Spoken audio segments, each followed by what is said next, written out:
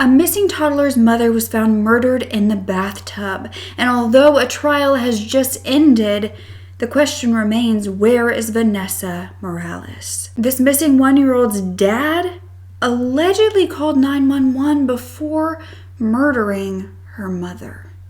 But we have no idea what he did or allegedly did with this little girl. You are such a genuine gem. Thank you for clicking on my video. I am Brooke Mckenna and I post every Sunday at 9 a.m. CT and the occasional Wednesday. So I would love for you to subscribe if you enjoy my videos, and if you never want to miss an upload, you can turn on the post notifications and sign up for the Genuine Gem newsletter, which will allow me to personally send my videos to you so you never miss an upload. I also want to thank our sponsor, Calm. When the whole world feels like it's in total chaos, it's my mission to find ways to find daily peace. And Calm is the #1 mental health app designed to help manage stress, sleep better, and live a happier, healthier life. It's not just a one-size-fits-all sort of thing. Calm has music, meditation, sleep stories, grounding exercises, and so many more tools that you can choose from to try to help you. My go-tos have been these celebrity sleep stories.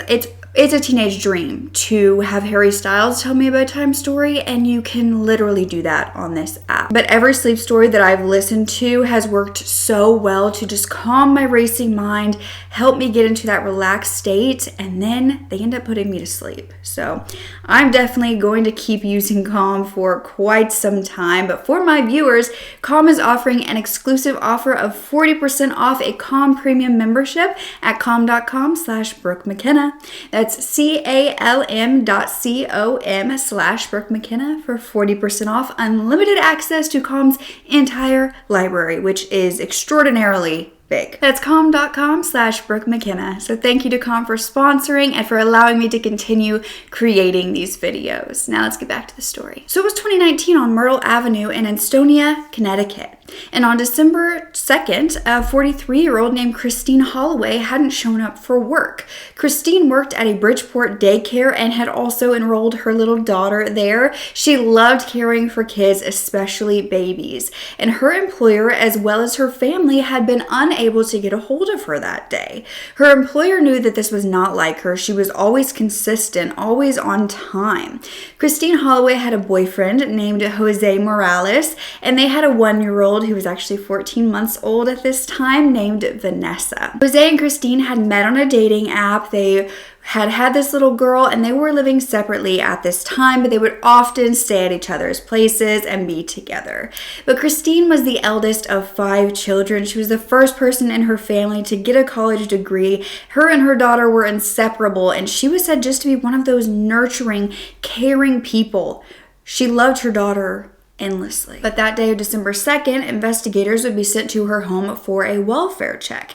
An Ansonia Police Department had arrived and gotten no response when they knocked on the door. They did end up leaving, however, then they got a call from Christine's brother and sister-in-law to also report their concerns. And so Ansonia Police, they went back to this home and they ended up having to bust the door down in order to get inside. And when they were inside, they would go to the bathroom and find a body. This was around 8:15 p.m., so that night, and the lieutenant, Alex Barreria, he was the one to walk through first, and he was taken aback, telling everyone to clear the scene. This was a female body lying naked in the bathtub. An organ appeared to be laying outside of her body. Her hands were covered in what appeared to be dry blood. And after realizing that Christine had a young daughter, they began to search the home for the baby, but she was nowhere to be found. Sergeant Kevin Dugan would then respond to the crime scene that was believed to be a possible homicide. He would find the screen door open, the door had been kicked in and damaged, part of the bottom of the door frame was missing, but this was due to the police department breaking in. But he would walk 4 to 5 feet inside the home, and there was this gray carpet rug that had red stains on it. He found a bedroom area where the bed had no comforter or sheets, and in the bathroom he found a candle that was burning and appeared as though it had been burning for quite some time. In the tub with the body, there was leaf and debris near the drain, as well as fragments of what appeared to be skull in the tub. He found bloodstains throughout the home on the rug, the crib, the dresser, a bin full of toys, and wet rags in a cleaning bucket. All tested positive for blood. Now, on December 3rd, police issued a silver alert for baby Vanessa. An amber alert was issued the next day while her mother was given an autopsy. It was found that Christine and Vanessa were last seen by relatives on November 29th. Vanessa was only 2 feet 2 inches, weighing 17 pounds. She had brown hair and brown eyes. But the ME discovered that Christine had died as a result of blunt force trauma to her head. 5 of her ribs were broken, and the manner of the death was homicide. Forensic expert Dr. Christine McCann said that she received many pieces of Christine's skull that she had to reconstruct. She identified a minimum of 8 blunt force impacts to her skull, with the possibility of more. Christine had been beaten, with photos showing a massive head wound and circular bruises and marks on her back. Now, her boyfriend, Jose Morales, he did not live with her, and he also was not at the home at the time, but he was believed to be the last person to see his girlfriend and his daughter, along with his parents. You see, Christine had been found that Monday, but the Friday before, they had gone over to Jose's parents' house, her and Vanessa, to have a Thanksgiving dinner, and that was believed to be the last time either were seen. Now, of course, Jose was questioned by the police. He said that he would never hurt them. He said he wasn't even at Christine's home that weekend, that she died. We're not that close. Right. It's like, we have a baby. Yeah. Well, it's not like she my girlfriend. We say that, use that word very lightly. Yeah. But we have a baby together. That it happened. So I guess I'm assuming a little bit of responsibility by helping her out a little bit. Yeah, so you do all that for Vanessa? You don't Yeah, it's not for Christine? It's not for Christine, it's for Vanessa. Yes, I do. Do you have any idea where she could be?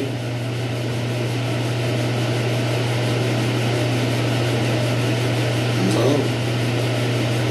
Zero. No idea where a 1-year-old would be? Vanessa? Yeah. No. So last time you called and talked to her was for that minute or so? Monday morning. And it was a short conversation, and she seemed like she didn't want to talk? Mm-hmm. What did you call her for? Say hi. To see what she's doing. It says you called her at 6:59 p.m. Today? Monday. I keep trying to call her. Yeah, but there's no call. There's no call. It goes to voicemail. Yeah, but it should still show that you dialed it, right? Jose, did you tell your parents where you went on Friday? Yeah. Where'd you tell them you went? Yeah. Listen. Yeah. Listen? Yeah. Listen what? Your dad said you went to Christine's Friday with her. Why would he tell me that? He said that I went to Christine's? Yes. Probably that's why he thought I was. He probably assumed. No, you said you told him where you went. I told who, my father? Yeah, you just told me. You said you told him where you went. I told my father where I went. Yeah, that's what you told me. And that's why I said, why did he tell me you went to Christine's if you didn't? I'm not sure. You're missing my words.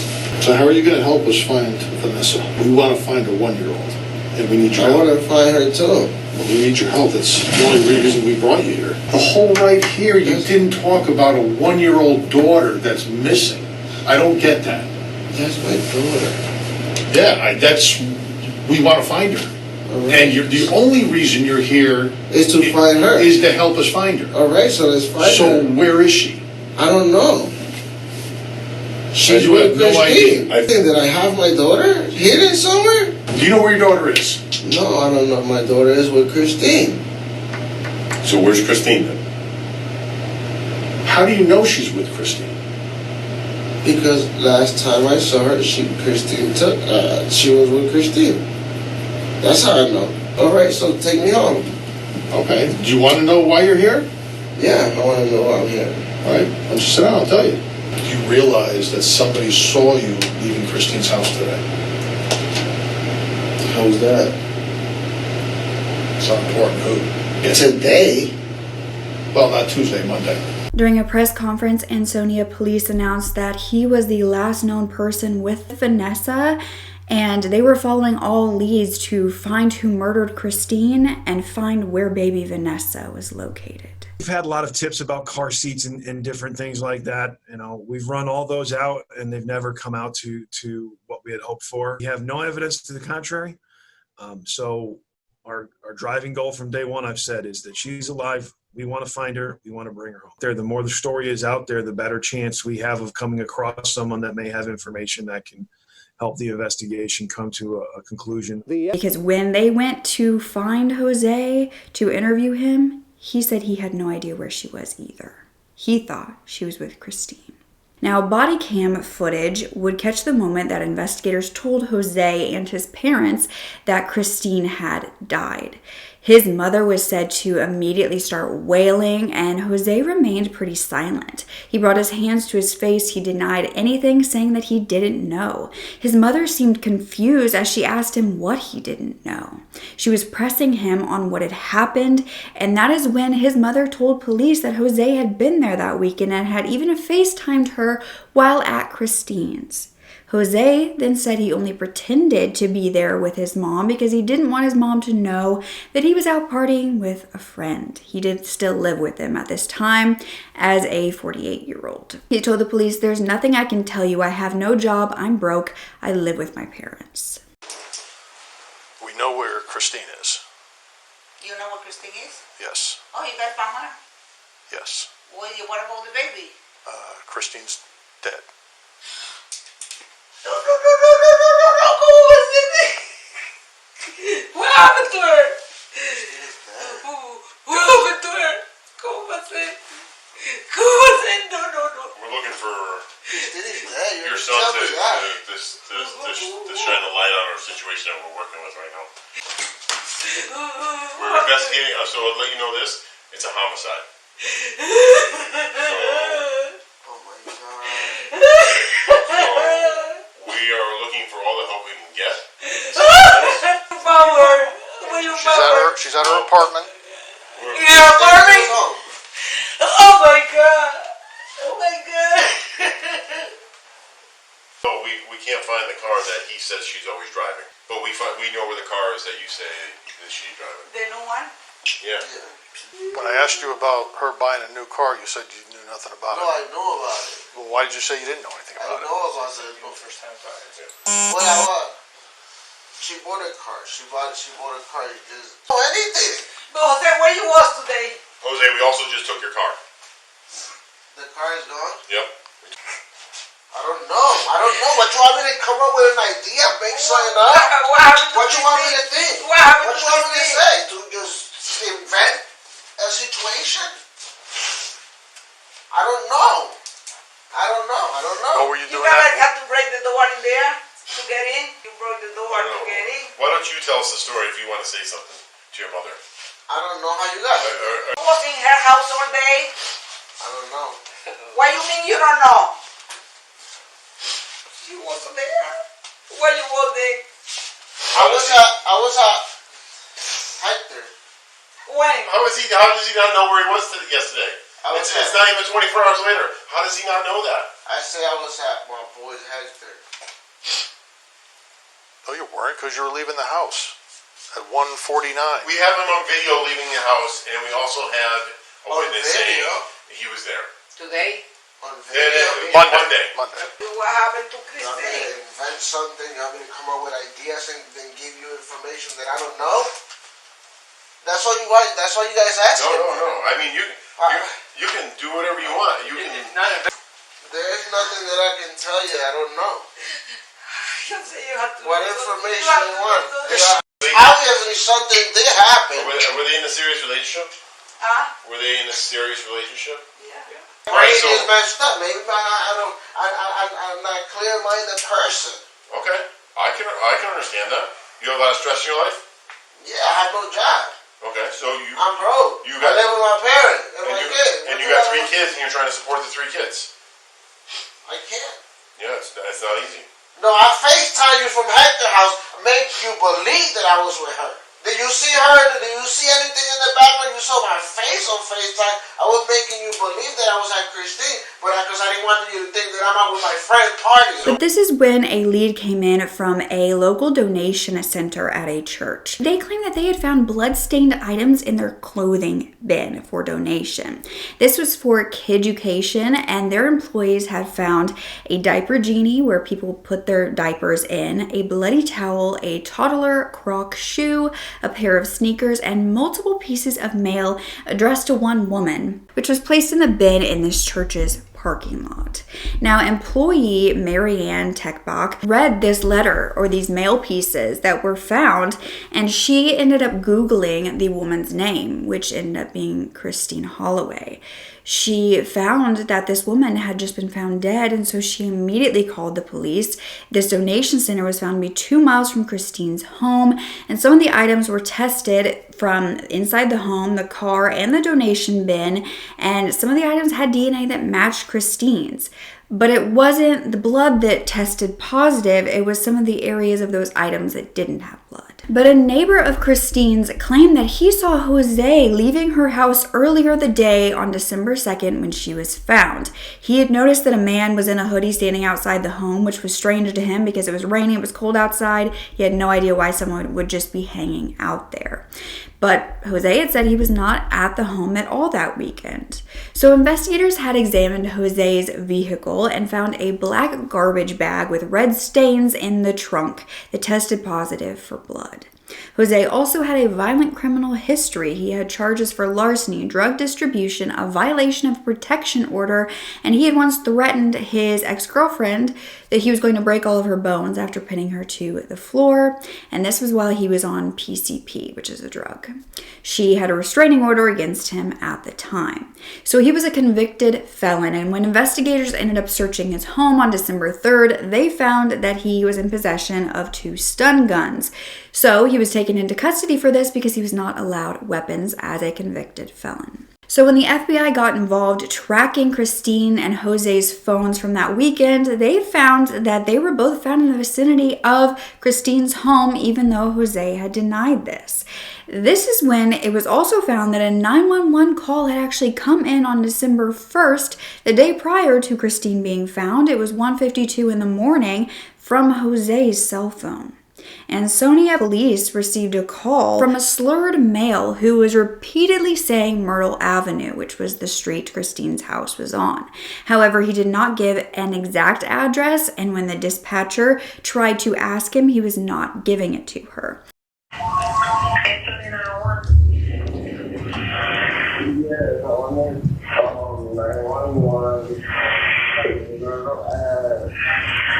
What number house number on? She then heard a female voice on the phone saying, "Stop, hang up, who are you calling?" Shortly after, the call was disconnected. A patrol officer was sent to the street but found it quiet, and they didn't know what address it actually called. So at this point, Jose would then change his story. 2 weeks after the murder, he said that he was using PCP that clouded his memory. He said that he called 911 because he looked out the bathroom window at Christine's home and saw guys running towards the front door of the home. He said he was very out of it, but a group of men approached and knocked him unconscious. He said the next thing that he remembered, he was driving home to his parents' home in New Haven on December 2nd, still under the influence of PCP. Investigators would then find surveillance footage from the church parking lot where those donation bins were located. Jose's car was said to be seen in the area. On December 17th, Jose was named as a suspect, and Estonia Police Department asked the public for help in finding baby Vanessa, saying finding Vanessa and bringing her home safely is our main priority. We are not looking to arrest or start criminal proceedings against who has Vanessa. We just want her returned to the family. It is imperative that we find Vanessa, a 1-year-old child who is wholly dependent on others for her care and well-being, and we know locating Vanessa would bring a sense of relief to her family. Vanessa was still missing at this time, with no one having any clues or leads as to where she could be. Jose Morales was officially arrested on February 7th of 2020. He was charged with murder and tampering with evidence. He was being held on a $5 million bail, and blood had been found on his sneakers, as well as his hair being found in Christine's fingers. In March, the Estonia police announced that they believed that Vanessa was still alive. The FBI was offering a $10,000 reward for her return. Police found that there was no evidence indicating that she was taken out of state. They had searched many towns in the surrounding area for evidence, but they asked the public to look out for 3 specific items that could be connected to Vanessa. It was a colorful comforter, a Greco car seat, and a gray backpack or diaper bag. None of these were found at her home, even though she was known to have them and to use them daily. Unfortunately, we're in the same place that we were on December 2nd, 2019. Vanessa is missing, and we do not know what happened to her or where she is. Christine's sister-in-law, Joby Jacobellis, was grateful that justice was going to be given to her sister-in-law. She said that Christine would tell her family that Jose struggled with drugs, but never said anything about domestic violence. But she also said that she would have kept that away from all of them because she would have known that they would have told her to get away from him. Something was wrong. But I never thought anything like this. We still have Vanessa's first Christmas present. We can't let go of it. And I know she'll be too old before she comes back to play with it, but that's the last thing we have of her. We will always remember her. In due time, when she does come home, she'll know who we are. Jose ended up denying a plea deal, wanting to go to court, and the family was okay with this because they believed that Christine would finally get her justice. We haven't heard anything from anybody, from the state, nothing, in well over a year. So this was news to us today. Oh, it is. It's very frustrating, and to be treated like we are nothing, and that my sister-in-law's case is nothing. It's very aggravating, and you know, here we are fighting for my sister-in-law and my niece. I already know he thinks he's going to get away with it when all the evidence is pointing to him.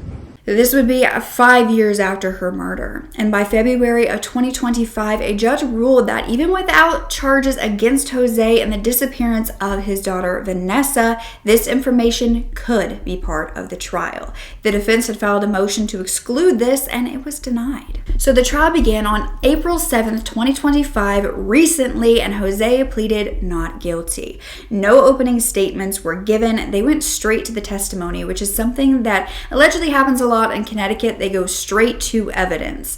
And Jose's first interview with the police on December 3rd was shown to the jury. Now, Christine's landlord would testify that he often used the garage below Christine's home as a workshop. He was there all the time. He never heard anything but footsteps until that weekend. He said it was loud and sounded like someone moving furniture. He could hear this over his power tools. Another neighbor claimed that he had known that Christine and Jose lived there, but he didn't really know them well. But he said on December 2nd, he had seen an officer come to the home around noon. This was the first welfare check that was done. The police officer had parked in front of this neighbor's home and walked up to Jose and Christine's home, where Jose's vehicle was parked along with another car. The officer tried knocking on the door and then left. 20 minutes later, though, the neighbor saw Jose come out of that house that he alleged he was never in and go to his car. He then went back inside, and it looked like he was carrying something. A little while later, Jose left. And later that night, the police had come back to that home, and they went over to the neighbors to question if they saw anything after finding her body. Now, surveillance footage from different businesses and different homes had caught a golden Nissan car matching Jose's traveling at 6 a.m. on December 1st from Christine's apartment past the old Estonia Police Department and headed towards where the donation bins were located.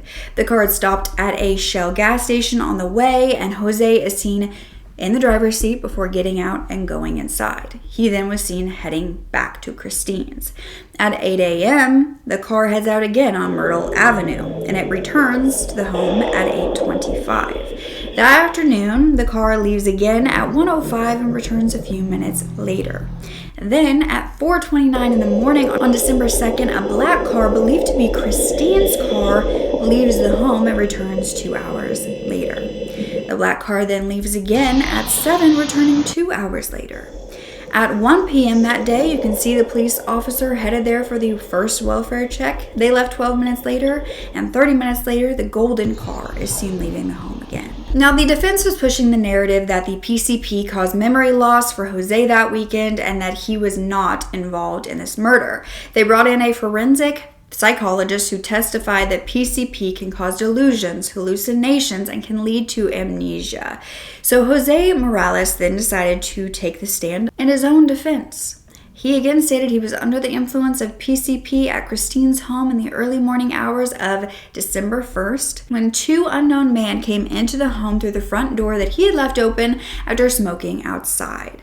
He said he was hit in the face and the chest and was incapacitated on the floor when the intruders came in, kidnapped Vanessa, and fought with Christine. He said that this man hit Christine in the head with a crowbar 3 times. He was angry, he was cursing, and when he was hitting Christine, Jose would describe that stuff was pouring out of Christine's head and splashing all over the place. Jose said he tried to do something, but he couldn't because he was stuck. He was PCP'd. All he could do was scream, and when he did so, he said that the man threatened him, and that the same thing would happen to his daughter if he talked to the police. All right, so I went from the deck into the apartment, and I went into the bathroom, and I was sitting right on the toilet, looking out the window towards the front of the house. From across the street, I saw movement first, and then I saw 2 individuals walking on the sidewalk across the street. On what street? On Myrtle Avenue. Okay. One of the individuals started walking across the street towards the apartment, and he did a bit of a jog towards the apartment. Okay. When I saw that, warning signs and bells and alarms started running through my head. Try to work my way out the bathroom to close the front door, but because I was so intoxicated, I couldn't really move. So I made it to where the bureau is at, around that area in the little kitchen area, right? Because I was so intoxicated that I couldn't do what I really wanted to do. I went in my pocket, I grabbed my phone, and I dialed 911. Mr. Morales, you hear a female voice in the background. Can you identify for the jury whose voice that was? That's Christine's voice. Okay, so just tell us in your own words. You said you got your cell phone, you called 911, and what happened with Christine? Well, Christine was sitting on the bed. She was watching TV. Okay, all right. So she had no idea what was going on. So I called 911. I don't know how much time went by. Seconds. I felt hit. I got hit on the right side of my face. I lost my balance. I already had no balance to begin with. I lost my balance. I fell. I tried to lean on the little kitchen island. I couldn't get to it because I was not that close to it. So I fell. I got on my floor, on my knees and my hands, and I got hit right around my chest area. I stood there, laid out on the floor, high, extremely in a daze from I had just finished smoking a blunt. So at the same time, I'm listening, but I'm on the floor, and I can hear that there's a struggle going on in the bed area. There's a fight. I hear screams. At the same time, I hear that somebody leaves the apartment. I see that somehow Christine got away from whoever it is that she was fighting with and tried to run out the apartment to go after the guy that left the apartment with Vanessa. The guy that she was struggling with was chasing her. She either tripped or collapsed. Half of her body's on the towel, the other half of the body's on the carpet. The guy that's running behind her stops and hit her with a crowbar. I see the crowbar. When he's pulling back, stuff is just pouring out of Christine's head and splashing all over the place. I tried to do something, but I can't because I'm stuck. I'm PCP and I'm stuck. So Christine was right there in front of me and by the towel area where I said that she got hit, and she was laying on top of a whole bunch of items, clothes, toys. The diaper pail was in that area too. And that little area was where Vanessa used to go and grab things and bring them from all over the apartment. And it was blood all over the place. I went inside the apartment. I tried to look for Vanessa everywhere. I looked in the rooms. I couldn't find her. The car seat was gone. So once I found the phone, I tried to make a call. It didn't go through. Okay. I went and I sat on the bed. Yeah. I went into PCP zone. Jose then admitted to cleaning up the crime scene, disposing of evidence, using a bucket and towels to clean up the blood, putting the water down the garbage disposal, and even moving Christine's body to the tub. So I'm still high. The fan is on. I see a bag. Started taking some more. I wanted to call police, but at the same time, I kept hearing those words in my head. I grabbed there was a bag on the floor. I grabbed it and I started putting stuff in it. What kind of bag?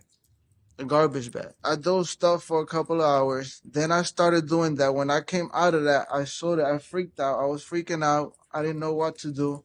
I started putting the items in the bag. I put the bags in the front deck. He said he was sad. He wanted to dress Christine, so he put her clothes in the washing machine. When asked if he was a murderer, he said, "I did not kill Christine Holloway." Mr. Morales, did you kill Christine Holloway? No. Mr. Morales, were you so intoxicated on a substance, PCP or alcohol, or any other substance that you do not remember killing Christine Holloway? I did not kill Christine Holloway. I just want to be sure, right? We heard the 911 tape. Is there any possibility that this is a delusion that you are engaged in? No. Okay. And you're 100% sure of that?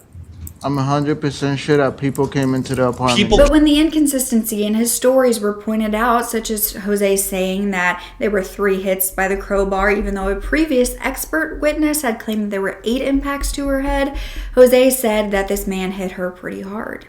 The prosecution then went through texts between Christine and Jose from days before the murder, and this showed Jose accusing Christine of being unfaithful, calling her names such as pig. He even said the relationship was done. Christine responded that she loved him, that there was no one else, and to not give up on her. When Jose was asked if he was controlling and emotionally abusive, he said no. The defense replayed the 911 call made by Jose for the jury and said, "Who calls 911 before committing a homicide?" No one. The defense said that there was no intent. There was no evidence that there was any problem between the couple. But the prosecution pointed to the text message saying that it showed that Jose was a jealous and abusive man. They said therein lies a snapshot into Mr. Morales' life and motives that could cause him to fly into a rage and kill Christine. Clearly, he controlled and scrutinized her. Prosecution said, "I would suggest to you that the evidence supports the inference that a person who strikes another person in the head with a hammer not less than 8 times intended to cause catastrophic injury and death. There is no other rational conclusion." But the defense said that if he killed her, she would have his DNA under her fingernails, and she didn't. But the prosecution said that all this shows is that Christina didn't fight back and maybe didn't even know when the first blow was coming. The jury ended up deliberating for 2 hours, and Jose closed his eyes as the verdict was read. He was found guilty. Christina's family linked arms and became emotional. He is now facing 25 to 65 years in prison and is set to be sentenced July 8th of 2025. But now that Christina has gotten justice, her family has focused all of their efforts on finding baby Vanessa, who would now be 6 years old. The Ansonia Police Department, as well as the National Center for Missing and Exploited Children, have now released an age-progressed photo of Vanessa. Her investigation remains active, and anyone with information is urged to call the Ansonia Police Department. I will have their number down below. Where is Vanessa Morales? Do you believe this ruling was correct? Did Jose kill his girlfriend Christine? What did he do with Vanessa? Or did intruders really come into their home that day? Is there any merit to his story? One of the strangest things to me is that 911 call the day prior to when they found her with the female voice. Was this female voice Christine? Was this another woman? Why would he have called 911, presumably before the murder occurred? Because that is what the medical examiner believes, is that the murder would have occurred after that 911 call. Was he really on this PCP and out of his mind and feared he was going to do something and that's why he was trying to get help? Was this a tactic just to throw them off his trail? But really it doesn't at all, because it's very suspicious and gives no context as to why he's calling or why he was there, but it does place him at Christina's home. None of this makes sense, and really I think that the focus now should be completely 100% on Vanessa and finding out what happened to her. I cannot believe that during this trial, nothing was said about what could have happened to this baby. If Jose really did murder his girlfriend, is there a chance he murdered his daughter too? And if so, why was her body taken out of the home when Christine's wasn't? Was it easier to dispose of? I hate even talking like this because I don't want that to be the case. I think she could still be found alive. I almost hope that somebody had kidnapped her rather than her being murdered by her own father. But in that case, we really need to bring her home to the family members that will love and care for her and keep her safe. So please share around this video, share around her age-progressed photo, and hopefully we can bring Vanessa Morales home. I really hope that you guys are loving the occasional midweek Wednesday videos. I just want to put more content out there. There are so many cases that I think are important to share. So I hope that you guys are enjoying all the content and coming back to see me. If you missed the last upload on Sunday, that one was about the possible alleged New England serial killer, because 7 bodies have been found in 2 months, and actually another body has just been found in that case. Slight update. So there are 8 bodies that have been found in the New England area in the past 2 months, and many believe that this could be a serial killer roaming that area. I go through all of the different cases in detail, and the fact that there was another serial killer in that same area 50 years ago that was never caught. And we also have a survivor that's thrown in the mix. That one is a really wild one. I highly recommend going to check that one out and informing yourself about that, because I cannot believe it's a real thing. I'm not saying it's confirmed that there's a serial killer. We talk about that a lot in that video. It's all speculation and rumors at this point, but it is important nonetheless to get all of those cases out into the public. So make sure you are subscribed if you liked this video, and leave me a comment down below. I love answering your guys' comments, so don't forget to speak up. Your voice is powerful enough, and I love you to absolute pieces. Okay, bye.